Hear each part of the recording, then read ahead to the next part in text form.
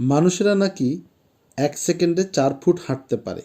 সাধারণত 12 কোটি মানুষ আমরা সবাই একসঙ্গে হাঁটলে মোট 48 কোটি ফুট অর্থাৎ 16 কোটি গজ, তার মানে 1 সেকেন্ডে প্রায় 90,910 মাইল এগিয়ে যেতে পারি। স্বাধীনতা পাওয়ার পর 20 বছর পার হয়ে গেছে, অথচ আমরা একই জায়গায় একই বিন্দুতে দাঁড়িয়ে দাঁড়িয়ে দৌড়িয়ে মরছি সবসময়, 1 ইঞ্চিও অগ্রসর হতে পারছি না।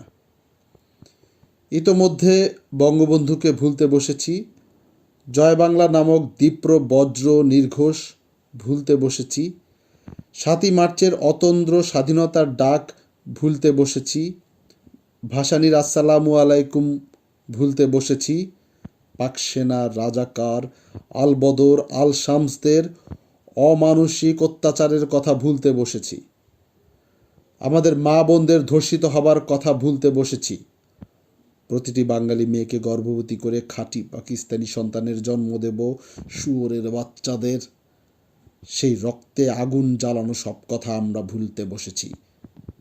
আমরা মুক্তিযোদ্ধাদের কথা ভুলে গেছি। আমরা স্বাধীনতা যুদ্ধের কথা ভুলে গেছি।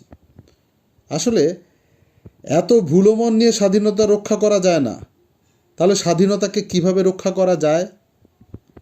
সেকেন্ডে মাত্র 4 ফুট খানিক এগিয়ে গেলেই একে রক্ষা করা যায়।